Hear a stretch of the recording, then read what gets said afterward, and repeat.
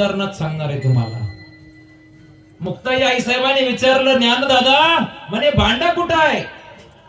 ज्ञानोबारायांनी सांगितलं, मुक्ताई भांड्याची गरज नाही. अगं का भांड्याची गरज नाही? ज्ञानोबारायांनी सांगितलं, दादाला मांडे खायचेत ना, माझ्या पाठीवर भाज म्हणे.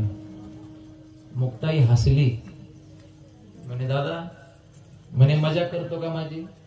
म्हणे पाठीवर कुठं मांडे भाजतात का? मांडे भाजण्यासाठी अग्नी पाहिजे, त्यात मांडे जळू नये म्हणून भांड पाहिजे. आता हे तुझ्या पाठीत कसं काय येईल बरं? ज्ञानोबारायांनी सांगितलं, मुक्ताई ह्या गावाने मला भांड नाही दिलं, पण माझ्या आतमध्ये जी ऊर्जा निर्माण केली ना, ती त्या भांड्याच्या पेक्षा आणि त्या अग्नीपेक्षा कितीतरी पटीने ज्वलंत आहे. त्याच्यामुळे माझ्या पाठीवर मांडे भाज. मुक्ताईला